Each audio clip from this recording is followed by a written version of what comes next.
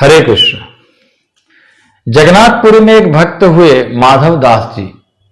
बहुत बड़े भक्त थे, बहुत बड़े जगन्नाथ जी के भक्त।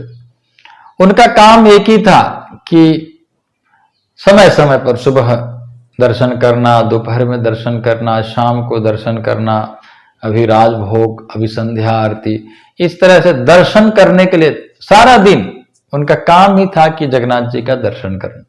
वहीं पर खड़े रहते थे, दर्शन करते रहते थे।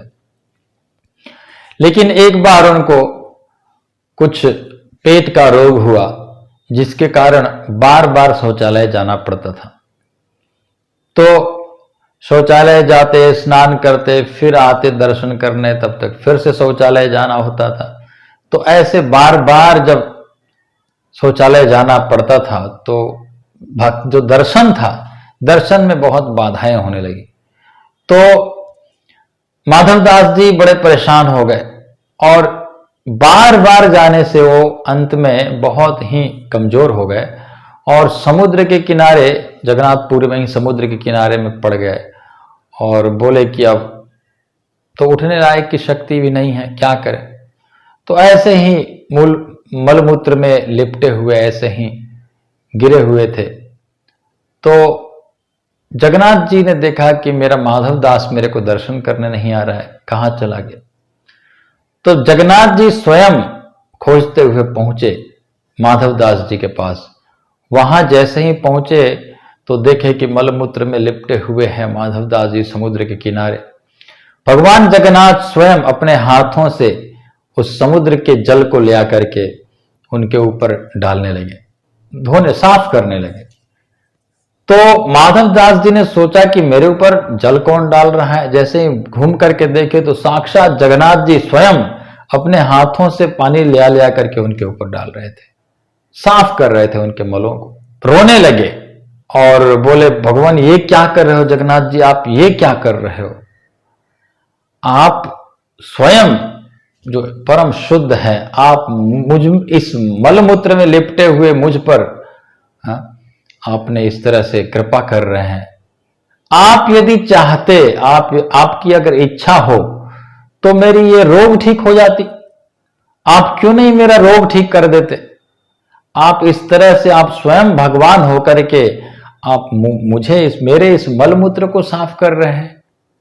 आप यदि चाहते तो आप मुझे ठीक भी तो कर सकते हैं, क्यों नहीं ठीक कर देते हैं। तो जगन्नाथ जी ने कहा, देखो माधवदास,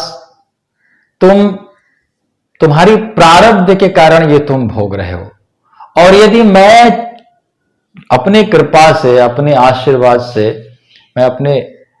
मैं तुम्हें ठीक भी कर दूं तो ये जो तुम्हारी प्रारब्ध है बचा रह जाएगा। अभी तुम मेरे से दूर रहते हो तो मुझे सहन नहीं हो रहा। ऐसे ही तुमको फिर दोबारा से कभी ऐसे ही फिर से यह प्रारब्ध बचा रहा, फिर मेरे से दूर रहना पड़ा तो मुझे भी कष्ट होगा। इसलिए मेरा यही इच्छा है कि तुम्हारी प्रारब्ध कट जाए। जब तक तुम्हारी प्रारब्ध ना कट जाए तब तक तुम भोगो। भक्त के जीवन में जो भी प्रारब्ध रहता है, जो भी पूर्व जन्म में जो भी कर्म करके रखा है, प्रारब्ध है, उसको भुगतना ही पड़ता है। चाहे कितने भी बड़े भक्त हो, जैसे सुदामा जी हो गए, ऐसे बहुत सारे भक्त हुए जो प्रारब्ध को भोगे। भक्त लोग का यही इच्छा होता है कि हे भगवान, मुझे दुख से मुक्त मत करो, मुझे दुख में रहना है। कुंती माता कहते, विपदः सन्तुनः शश्वत तत्र तत्र जगत गुरु भवतो दर्शनम यत् स्यात् अपुनर्भव दर्शनम। विपदः, मुझे विपत्ति दो, मुझे विपत्ति चाहिए, विपत्ति से मुझे मुक्त मत करो।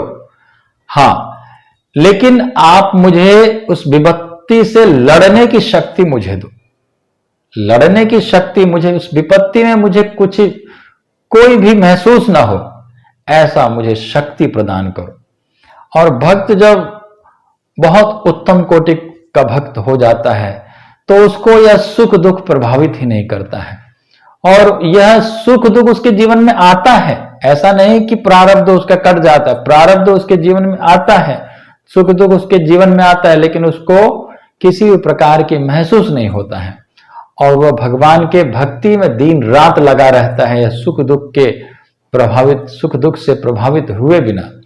तो इसलिए भक्त को चाहिए कि हमेशा भक्ति करते रहे, सुख दुख के लिए कोई ध्यान न रख करके उसे केवल भगवान के भक्ति करना चाहिए। हरे कृष्ण।